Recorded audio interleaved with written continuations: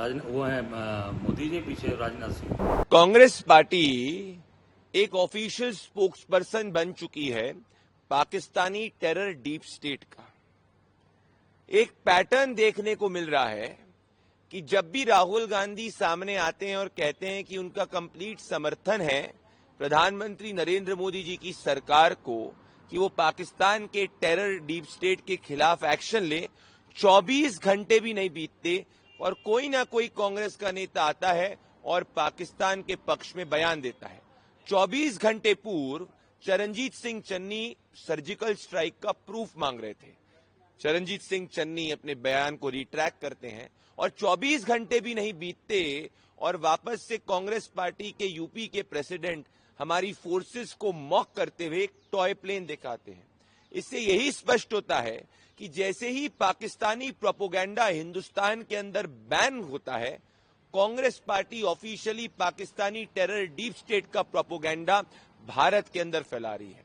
और इनमें से एक भी नेता को राहुल गांधी ने न अभी तक सस्पेंड किया है, न अपनी पार्टी से रिमूव किया है, न शो कॉज नोटिस दिया है।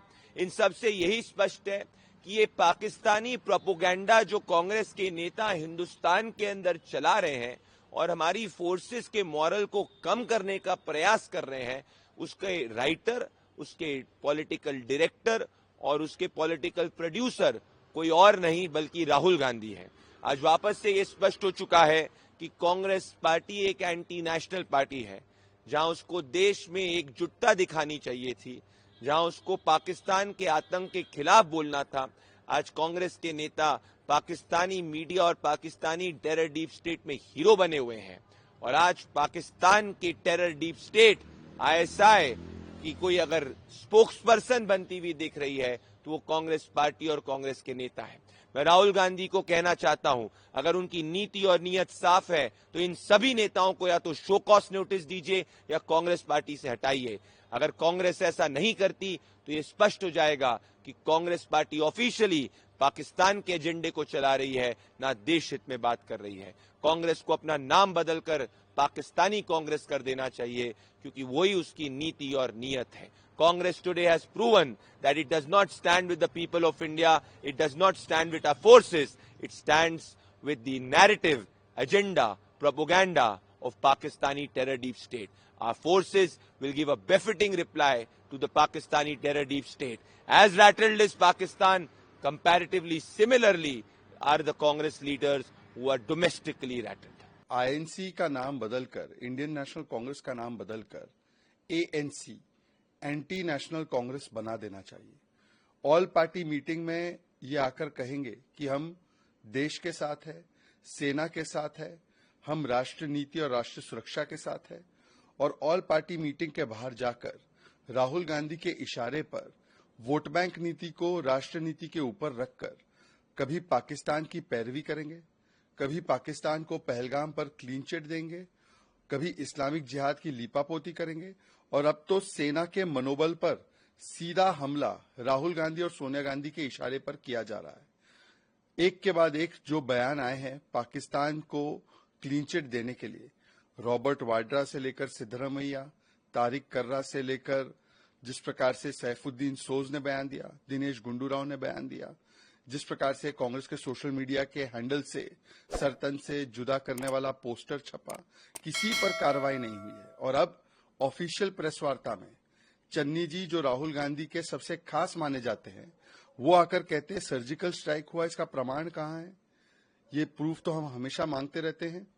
सेना ने अनाउंस किया था, मतलब आज जब पूरा देश ये मांग कर रहा है और सेना के साथ खड़ा है कि आतंकवादियों को कड़ी से कड़ी सजा मिले, जैसे सर्जिकल स्ट्राइक हुआ था, बालाकोट एयर स्ट्राइक हुआ था, वैसे आतंकियों की जमीन को मिट्टी में मिलाया जाए, तो कांग्रेस पार्टी सेना के मनोबल पर चोट कर रही है।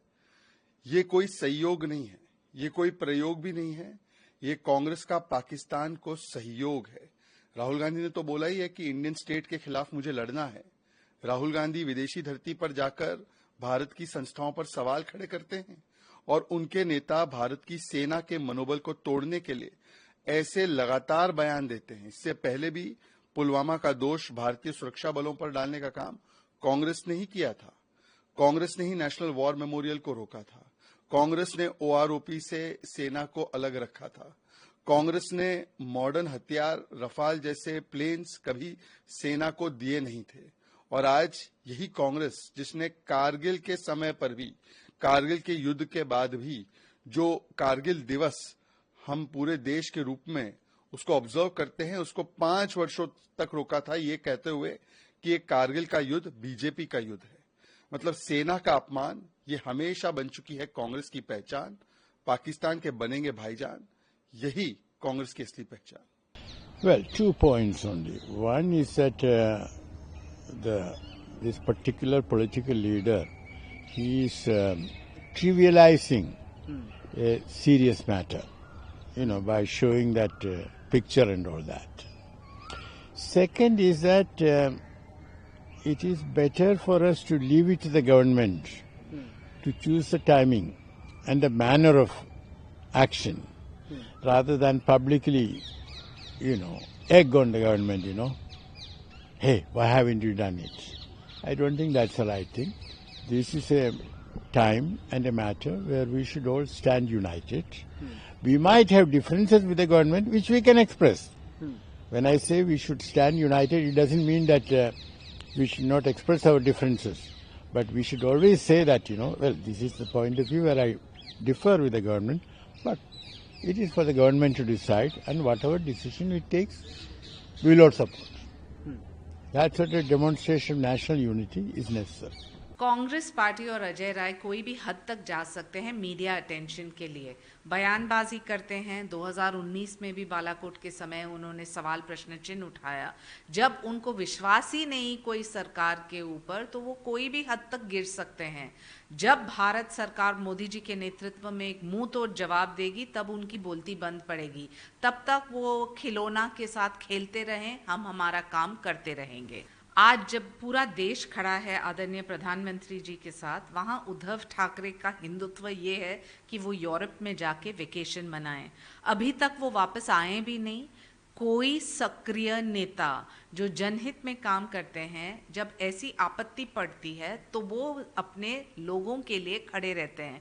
उनका हिंदुत्व यही है कि बाहर गांव आप हॉलिडे करो, वेकेशन करो। हमारा हिंदुत्व है कि हम एक मुंह तोड़ जवाब दें उन लोगों को जो भारत को अस्थिर करना चाहते हैं। और उसी विश्वास के साथ शिवसेना के नेता एकनाथ जी शिंदे स्वयं गए थे पहलगाम, और उन्होंने जितने भी मराठी परिवार हैं सभी को ये विश्वास जताया कि ये सरकार एक मुंहतोड़ जवाब देगी। कौन है संजय राउत जी? वो हर सुबह तो बड़बड़ी करते हैं और आरोप पे आरोप लगाते हैं। हमारी सरकार वो सरकार है जो देते हैं और हम लेते नहीं, जैसे कि उनके ऊपर इतने सारे भ्रष्टाचार के आरोप रहे हैं। 7,500 हमारी लाडकी बहन के बैंक अकाउंट्स में डायरेक्ट ट्रांसफ़र इन एडवांस ये सरकार ने दी। जो चेक्स एंड बैलेंसेस है कि किसको मिलना चाहिए किसको नहीं, स्वाभाविक रूप से सरकार उसके ऊपर थोड़ा विचार कर रही है, लेकिन इसका मतलब नहीं है कि कोई स्कीम हमने कैंसिल किया है। जिस उदारता के साथ आदरणीय एकनाथ जी शिंदे ने लाडकी बहन योजना के निमित्त इतने सारे महिलाओं को मदद किया, आपने उसको नज़रअंदाज किया। जब आपने 1 रुपया नहीं दिया, बल्कि आपने सिर्फ लिया, और आपको पता है भ्रष्टाचार के आरोप कहाँ से शुरुआत होती है उसकी।